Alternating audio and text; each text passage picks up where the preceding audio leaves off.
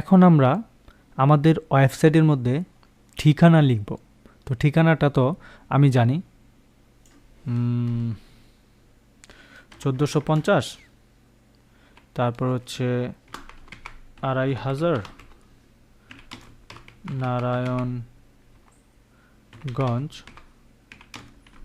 Dhaka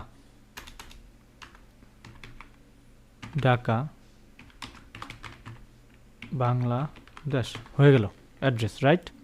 actually কি কোনো address এরকম থাকে? এরকম অ্যাড্রেস থাকলেও এরকম অ্যাড্রেসকে আমাদেরকে একটা আলাদা আইডেন্টিফায়ার মধ্যে রাখতে হবে, অর্থাৎ একটা ট্যাগের ভিতরে রাখতে হবে, যেই ট্যাগটা হচ্ছে অ্যাড্রেস ট্যাগ। আমরা এটাকে কেটে নিলাম, ADD অ্যাড্রেস লিখলাম, লেখার পরে আমরা এখানে লিখলাম। দেখো অ্যাড্রেস লেখার পরে এটা কিন্তু একটু মানে অন্য একটা স্টাইলে চলে আসছে আড়াআড়িভাবে। আমরা এটাকেই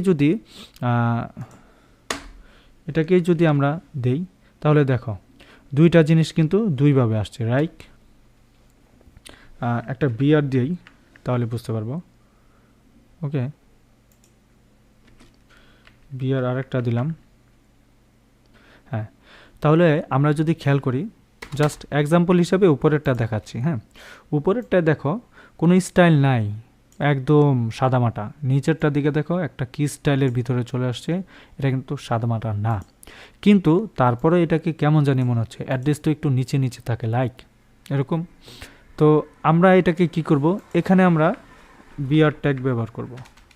তো বিআর ট্যাগ ব্যবহার করার স্বার্থ হচ্ছে আগে পরে কিন্তু থাকতে হবে, ওকে, স্পেস থাকতে হবে। এখন স্পেস না রেখে, যেমন আমি ঢাকারকে নিচে দিব, তো ঢাকাকে নিচে দিলে ঢাকার সাথে ঘেঁষাঘেঁষি করে যদি বিআর লিখি তাহলে কিন্তু ট্যাগটা লেখা হবে না। এজন্য একটা ট্যাগ দিয়ে নিতে হবে বিআর। ওকে, দেখো চলে আসছে লাইক ঢাকা বাংলাদেশ, এটা একটা স্টাইলের মধ্যে চলে আসছে। বুঝতে পেরেছো কি? এইভাবে মূলত অ্যাড্রেস লেখা হয়। এখানে আছে যেমন অনেক কিছু আছে, যেমন সাইটের কিছু অপশন আছে। দ্য সাইট মানে হচ্ছে কি এটা কবে আবিষ্কার হয়েছিল এরকম, যেমন রেফারেন্স হিসেবে আমরা ব্যবহার করি। লাইক আমরা যদি এটাকে বাদ দিই, CITE সাইট লিখে যখন আমরা লিখলাম মাসুদ, দেন দেখো সাইটে গেলে এটা চলে আসছে মাসুদ 1996। এটা কখন একটু খেয়াল করি। আমি ধরো একটা উক্তি লিখলাম, মাসুদ সেট বা সেজ, মাসুদ সেজ, তারপর হচ্ছে আমি যদি লিখি ব্লক ক্লোথস, লেখার পরে লরেম দিলাম, লরেম 10 দিলাম, তারপর লেখা হয়েছে লরেম 10।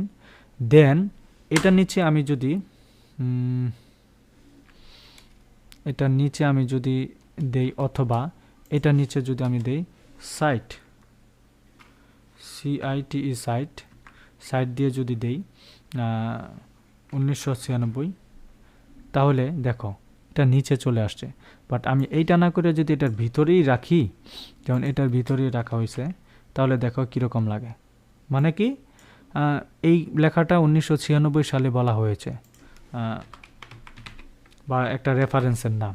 তো দেখো এখানে কি বললো, এটা মাসুদ বলেছে, দেন এটা তার উক্তি, এবং উক্তিটা কত সালে কোন বইয়ের রেফারেন্স আছে, রেফারেন্স হিসেবে এই সাইটটাকে আইডেন্টিফাই করেছে। অ্যাকচুয়ালি এই সাইটের কাজই হচ্ছে এইটা। ওকে, তো আশা করছি মোটামুটি ভালো বুঝতে পেরেছো তোমরা। সর্বশেষ আমরা ভিডিও ফর বাই ডিরেকশনাল ওভাররাইডটা দেখব। তো ডিরেকশনাল ওভাররাইডটা মানে কি? তো ডিরেকশনাল ওভাররাইডটা আমরা যদি একটু খেয়াল করি, তাহলে দেখো এই লেখাটা, হ্যাঁ, ভিডিও যেটাকে বলে, এই যে এই লেখাটা, আমরা এখানে সব কিছুই বাদ দিই, একটা পি ট্যাগ নেই, পি ট্যাগ নিয়ে লরেম হচ্ছে 40টা শব্দ নিলাম, নেওয়ার পরে রাখলাম এরকম। তো দেখো এই লেখাটা কীরকম আছে, ভিডিওতে আমরা রাখবো। এই লেখাটাকে আমরা ভিডিও এর ভিতরে রাখবো। কীরকম? ভিডিও, দেখো ভিডিও আছে, ভিডিওর পরে এখানে কিছু একটা আছে, ওকে। আর ভিডিওর ভিতরে আমরা যদি খেয়াল করি তাহলে দেখো আরটিএল মানে কি? আরটিএল মানে কি একটু ভালো করে তোমরা জানো। আমরা যখন ইসলামিক কোনো কিছু দেখি, হ্যাঁ, ইসলামিক কোনো কিছু দেখি, তাহলে কিন্তু এই লেখাগুলা কোত্থেকে আসে? অবশ্যই ডান দিক থেকে। আরবি লেখা কোত্থেকে আসে? ডান দিক থেকে, রাইট? তাহলে আমাদের লেখা তো আর ডান দিকে না। তো এইটা হচ্ছে মূলত ডিরেকশনটা। ভিডিও আমরা আমাদের কোনো পড়া যদি ডান দিক থেকে পড়তে হয় উল্টা দিকে, তাহলে এই অ্যাব্রিভিয়েশন অর্থাৎ এই ট্যাগটা আমাদের ব্যবহার করতে হবে। এই ট্যাগটা যখন আমরা আমাদের ভিজুয়াল স্টুডিওতে ভিডিও লিখব, লেখার পরে আমরা ট্যাব দেব, আমাদের অটোমেটিকলি এখানে ডিরেকশন অপশনটা সহ চলে আসবে। দেন এটাকে ডিরেকশন করে এই কোটেশনে আইডেন্টিফাই করে দিতে হবে এটা কি রাইট। আরটিএল মানে কি? Right text line, right text line. তাহলে আরটিএল এটা। আর এই লেখাটা যেমন আমি লিখলাম মাসুদ, দেখো লেখাটা কিন্তু ডান দিক থেকে শুরু হয়েছে। এখন আমি যদি দেখাই মাসুদ, হ্যাঁ, দুইটা লেখা দুই দিক থেকে, ওকে। একটা হচ্ছে বাম দিক থেকে অ্যাকুরেট, আর এটা হচ্ছে কি লেখছি ঠিকই বাট উল্টা দেখাচ্ছে, উল্টাভাবে পরে আসতে হচ্ছে। বিষয়টা হচ্ছে এরকম। এখন এটাকে আবার সুন্দর করে যদি আমি দেখাই এরকম, এটা তো করাটা একটু টাফ হয়ে যাবে, তারপরে দেখাই ডি ইউ, তারপর হচ্ছে DUSAM,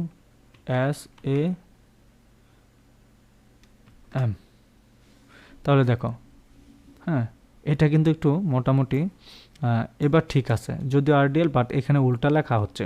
উল্টা লিখলে এখানে বা দেখাবে, আর এখানে বা সঠিক লিখলে এখানে উল্টা দেখাবে। এ হচ্ছে তফাৎ। তো আশা করছি আপাতত তোমরা কোটেশনের যে অপশনগুলো ছিল তো সবই কভার করে ফেলেছো। এগুলো শুধু প্র্যাকটিস করতে হবে, প্র্যাকটিস ছাড়া কোনো ওয়ে নাই।